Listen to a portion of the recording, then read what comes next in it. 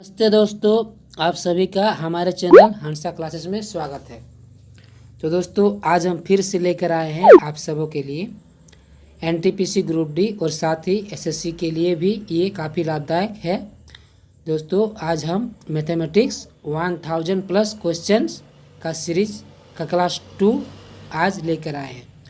तो दोस्तों, मैंने क्लास 1 पहले ही इस पर वीडियो बना चुका हूँ। अगर दोस्तों आपको क्लास 1 देखना है तो आप डिस्क्रिप्शन बॉक्स में आपको लिंक मिल जाएगा, आप वहाँ से इसका क्लास 1 देख सकते हैं। तो आइए दोस्तों, हम अपना क्लास शुरू करते हैं। तो दोस्तों, हमारे सामने पहला प्रश्न आ चुका है। अब इसमें दोस्तों बोल रहा है कि 3 नंबर के समूह है, उसमें आपका जो दूसरा नंबर है वो पहले का 3 गुना है और तीसरे का ये 3 गुना नहीं है दोस्तों, ये आपका 2 गुना है। ठीक है, तो अब तीनों का जोड़ दोस्तों 55 है। तो दोस्तों आपको उसमें बड़ी संख्या निकालना है। तो उसको निकालने का जो तरीका है दोस्तों वो हम आपको बता रहे हैं कि जैसे यहाँ क्या बोल रहा है कि दूसरा संख्या पहले का 3 गुना है। तो मान लीजिए दोस्तों ये 3 गुना और 2 गुना है ना, तो 3 और 2 का हमको एलसीएम कर लेंगे तो ये 3 दूना 6 हो जाएगा। ठीक है, तो हम मान लेंगे जो दोस्तों आपका पहला संख्या है, पहला संख्या को मानेंगे हम 6 मान लेंगे। ठीक है,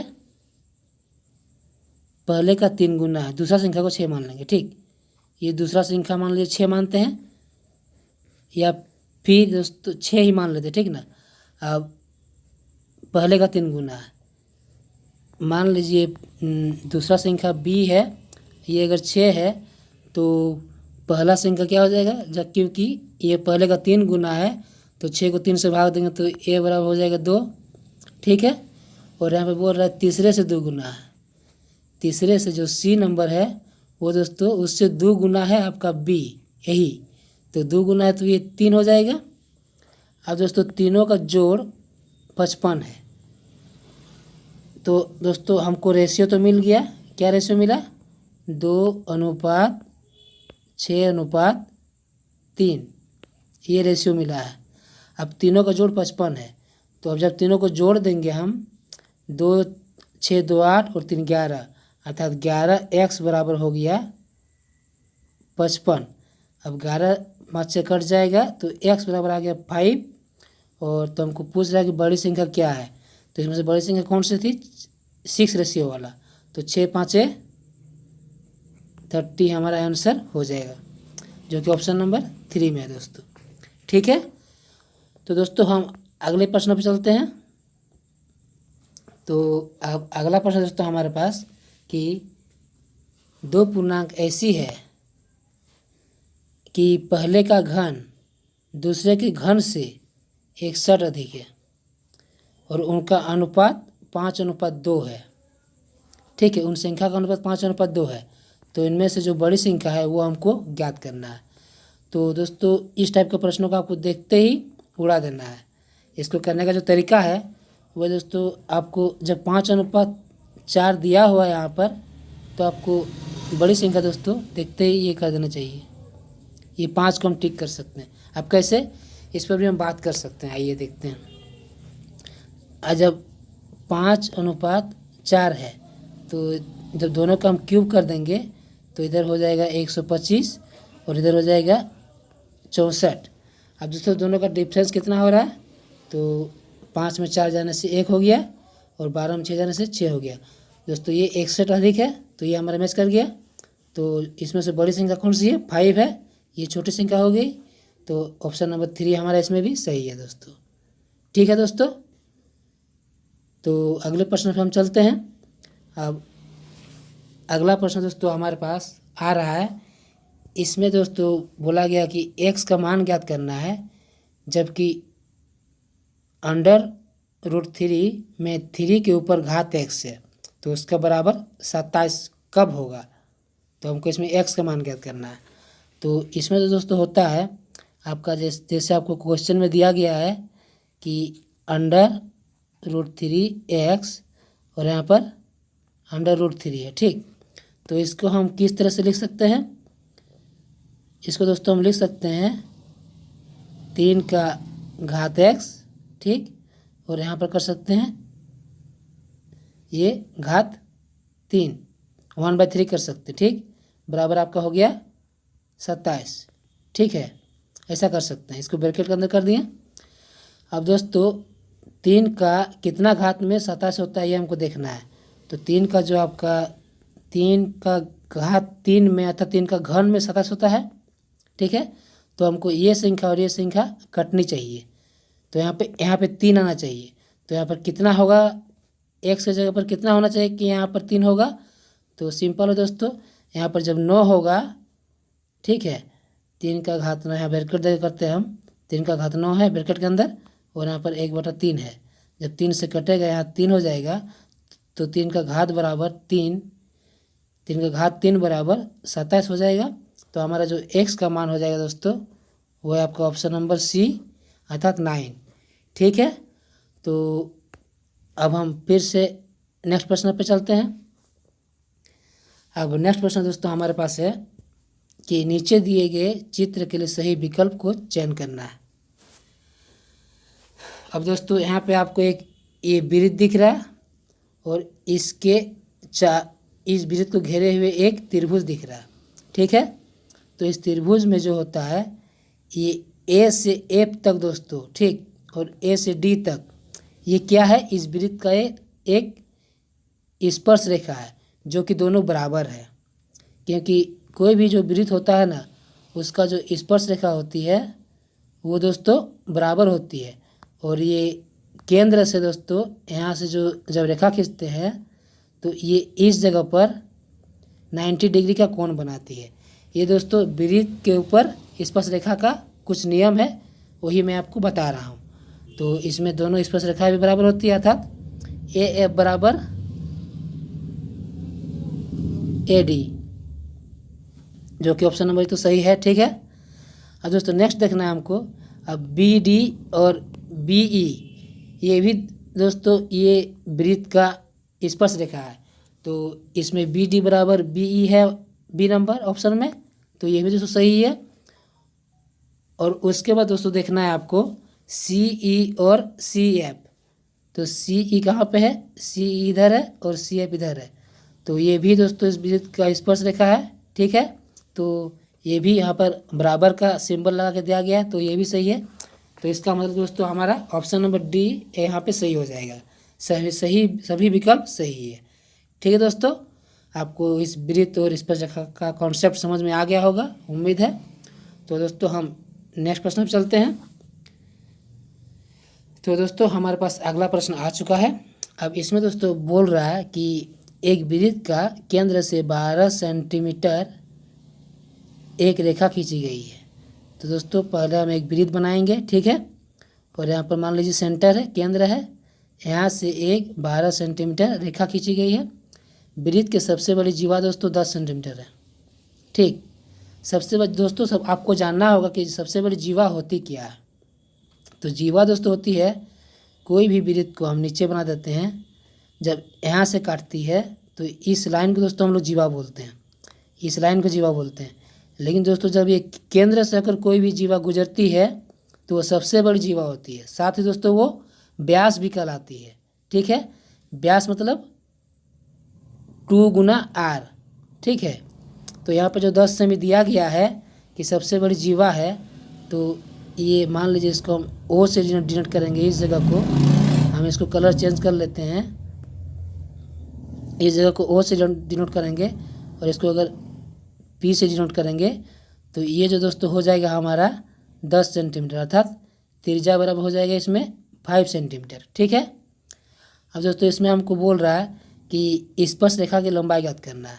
तो ये दोस्तों यहाँ से इसको हम एन से कर देते हैं। ठीक है, मतलब यहाँ से ये क्यू हो गया मान लीजिए, तो क्यू और एन के बीच की दूरी 12 सेंटीमीटर है। तो अब यहाँ से जब एक त्रिज्या जाएगा तो ये 5 सेंटीमीटर हो जाएगा। अब जो दोस्तों यहाँ से एक स्पर्श रेखा खिंचाएगा, ठीक है, तो जब इस पर अगर दोस्तों कोई भी विद्युत के ऊपर खींचती है तो दोस्तों यहाँ पे ये 90 डिग्री का कोण बनाती है। ठीक है, ये थोड़ा ऐसे जाएगा। ठीक है ना दोस्तों, इस जगह पे टच करेगा तो यहाँ पे ये 90 डिग्री बनाएगा। तो ये अब हमको मान निकालना है, इसको हम मान लेते हैं आर। ठीक, ये आर पे टच करती है। तो अब इसमें क्या हो गया दोस्तों, ये एक समकोण त्रिभुज हो गया। अब जब ये समकोण त्रिभुज हो गया तो हम इसको आसानी से निकाल सकते हैं पाइथागोरस प्रमेय का फॉर्मूला लगाकर। ये दोस्तों आपका हो गया 5 का स्क्वायर प्लस 12 का स्क्वायर। अब दोस्तों इसको देखते ही 5 12 देखते ही दोस्तों हमको 13 पे टिक करके आगे बढ़ जाना है। ठीक है, इतना कुछ हमको नहीं करना है। ये होता है 25, ये होता है 144, दोनों को जोड़ देंगे तो हमारे पास 169 आ जाता है अंडर रूट में, और उसका आंसर होता है 13। ठीक है दोस्तों, तो हम अगले प्रश्न पर चलते हैं दोस्तों।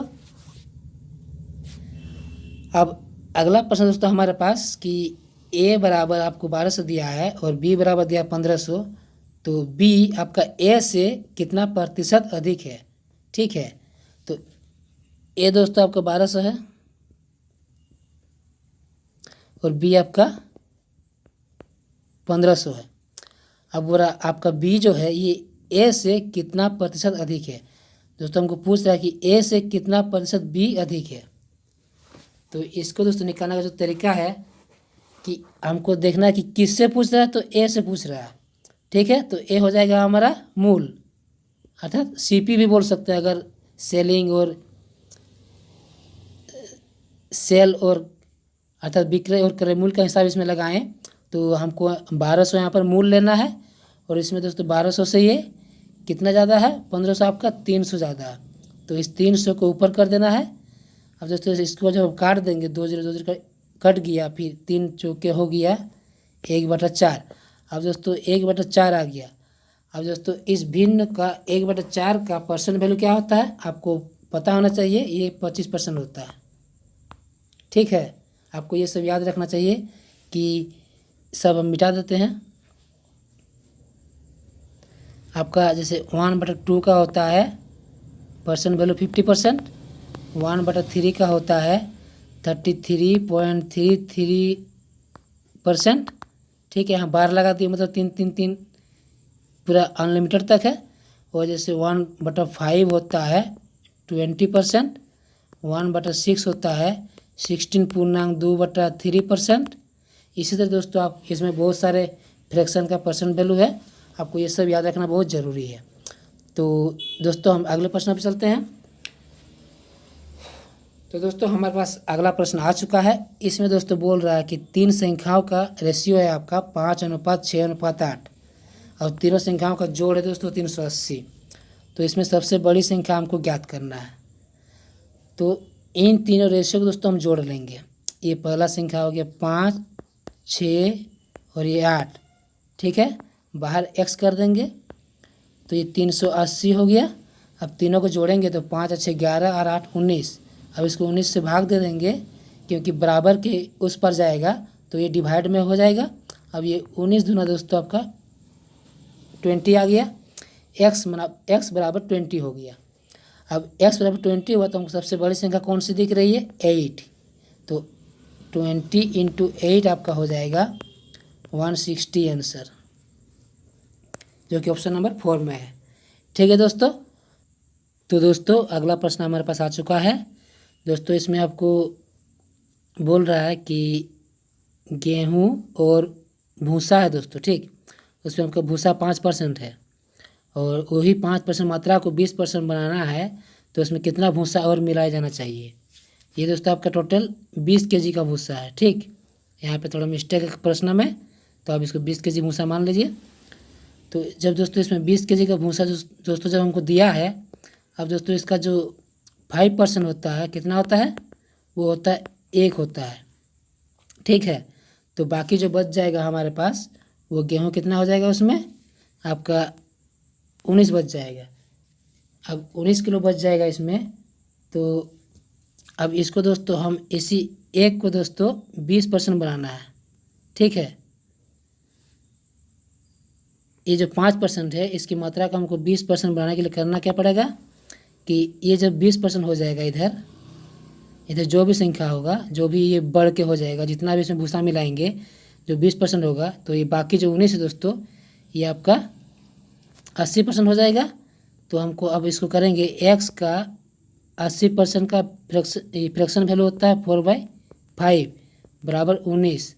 अब जब इसको गुना करेंगे 19 मतलब 95/4, तो ये दोस्तों हो जाएगा 95 को जब हम 4 से भाग देंगे तो हमारे पास इसका आएगा 4 दूना 8, एक हाथ में रहा तो 4 तिया 12, अर्थात दोस्तों ये हो जाएगा आपका 23.75। ठीक है, तो ये हो गया आपका 23.75।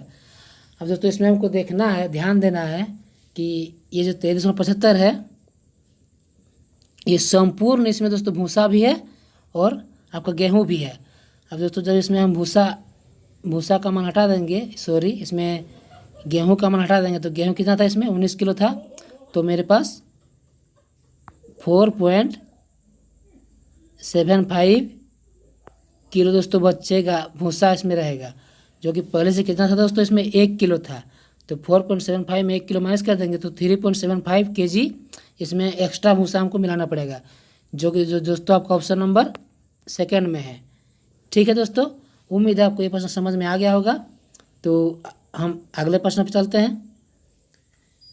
तो अब अगला प्रश्न दोस्तों हमारे पास आ चुका है।